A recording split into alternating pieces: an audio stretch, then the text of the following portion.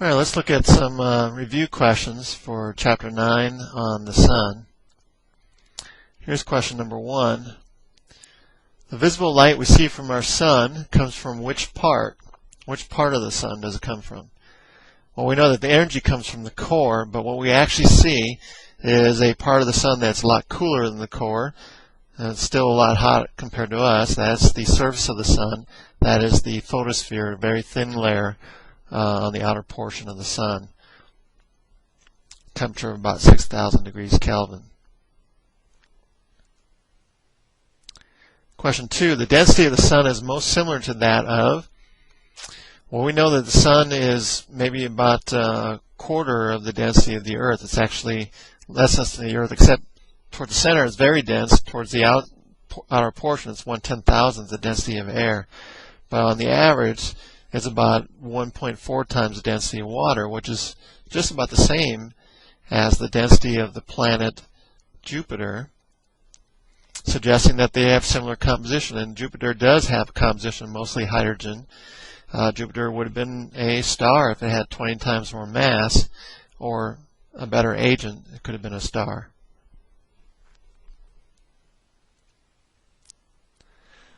Question 3. The Sun is stable as a star because we have all this energy being thrown out from the Sun, which is creating a pressure, forcing material outward from the Sun, and ultimately in convection at the outer expanse. But the Sun has a lot of mass, has been pulled into a ball-like form, like a sphere, and so this balance between gravity pulling in and pressure pushing out is what we call a hydrostatic equilibrium. So gravity balances the forces from the pressure, and this was something that happened early in the Sun's life to create this hydrostatic equilibrium.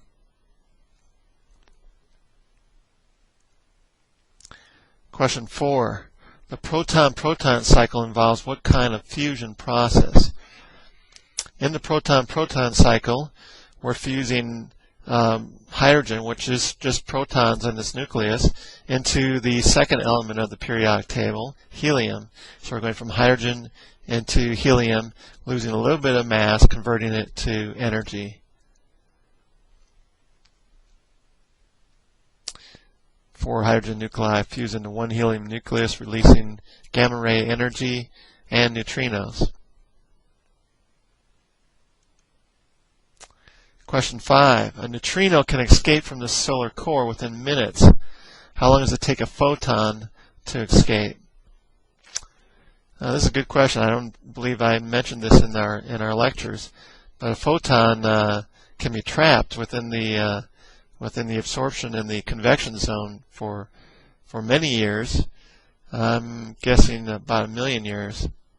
So a very long time.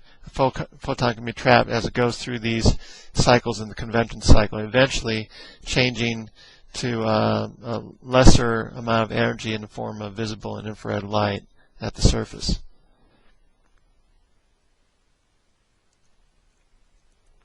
Question 6. What is probably responsible for the increase in temperature of the corona far from the Sun's surface? Well, far from the Sun's surface, we know that it gets up to about 3 million degrees Kelvin in the corona, and that's higher than it was in the transition zone and much higher than it was at the surface. So there's something supplying energy to the corona, and that is the Sun's very large magnetic field.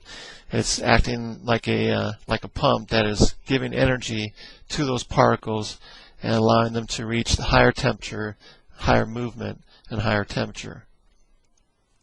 It's the Sun's magnetic field.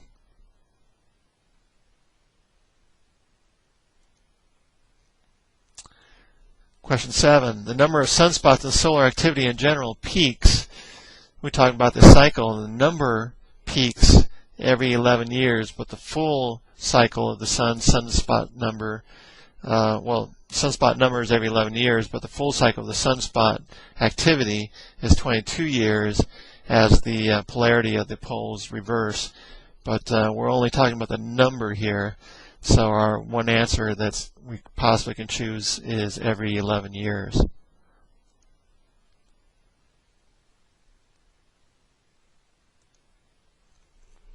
Question 8. The solar neutrino problem refers to the fact that astronomers, well, the neutrino problem was associated with searching neutrinos to discover that this process of fusion was actually what's taking place in the center of the sun. It's pretty straightforward idea that it is, but we want to confirm that idea, and so you look for a certain number of neutrinos, which are very hard to detect in the first place. And in fact, only 1/3 of the number that were expected by theory were being detected. The solution being that they are changing form from one kind of neutrino to another kind of neutrino in their journey to Earth. So the problem was that only 1/3 of the number of neutrinos were being detected as expected by theory. The solution being that they are changing form before they get to us.